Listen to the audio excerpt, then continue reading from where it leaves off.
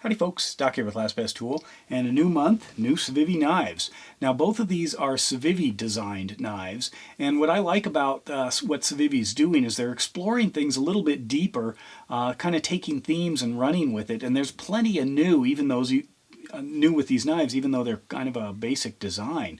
The first one here, this is known as the Mini Shakan. And it might look familiar as maybe like a baby banter. Close. Baby banter's got obviously a full belly there, but a nice small knife. Now in this case, they've got two large aluminum handles. They're not, they're like scales, but there are no liners on this thing. So that's one thing. The other is they're going with a very long, deep carry pocket clip. In fact, compared to this other knife, which is considerably larger, that's got the standard shorter pocket knife. And on this Nitro V blade, it's big flat grind, they have what they're calling a black stonewash, which is kind of neat.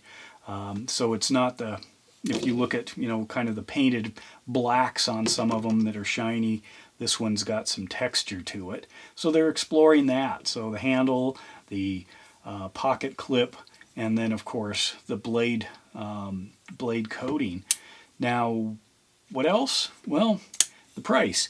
You can get this guy for $62 and change, which to me, for a Nitro V blade, aluminum handles in a flipper, push button flipper, it's a pretty sweet price for a solid knife. Standard caged ceramic bearings of CIVIVI, reversible pocket clip, tip up. This one is another handful of changes. This is known as the Voidflare. Now that's interesting. It's almost like they're using a word generator.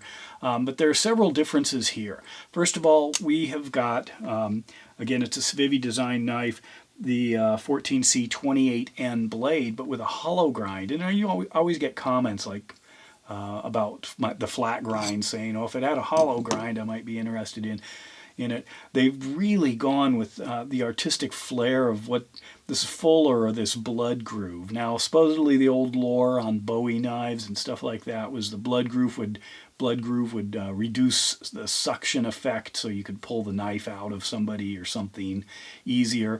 It also changes the angle, so it could give the knife strength, but that's crazy excessive. So that's art right there, the way that they drilled into that. But then they didn't cause any blade deformation. Sometimes when they do that, it would thin out really tight.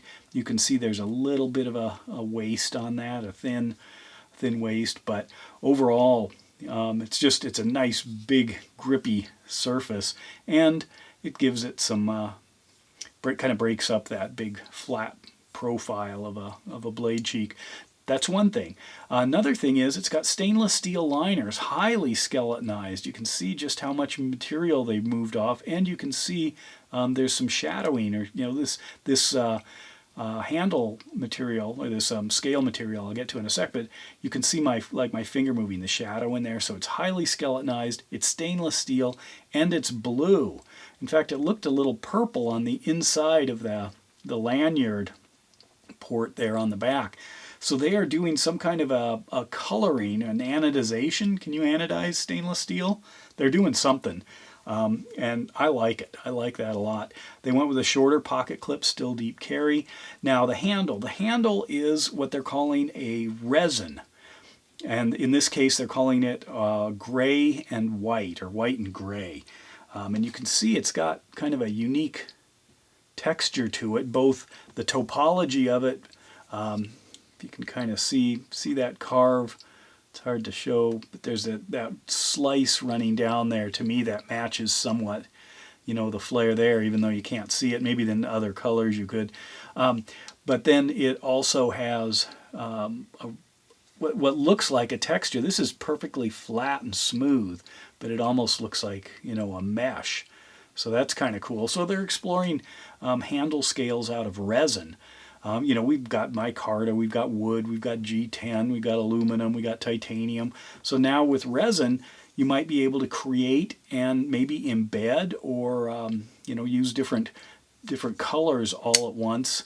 Like G10 is usually in layers, same with micarta. So then as you grind down, that's how you get some of the flavor of a G10. you know, the color flavor, but something like this, you could actually embed it, almost like countertop material. So anyway, I thought that was kind of a neat exploration. Again, CIVIVI cage ceramic bearings. The price on this guy, street price, is going to be about 74 bucks, which to me, for the blade steel, I don't know, seems a little high, but then the fit and the finish and the design is pretty cool. As a flipper, basic liner lock, but they are going in a new direction. I just would expect resin not to be very expensive, but what do I know? It's the first one. Nice jimping on the back. I always love jimping, you know. Cool little knives. Anyway, I'm glad CIVIVI is continuing to explore and innovate and evolve and try different things. Here you can really see that purpley color. So this is like an exploration. I'm not sure where it's going to go, but they've got plenty more materials now to work with. Let me know your thoughts. And with that, Doc out.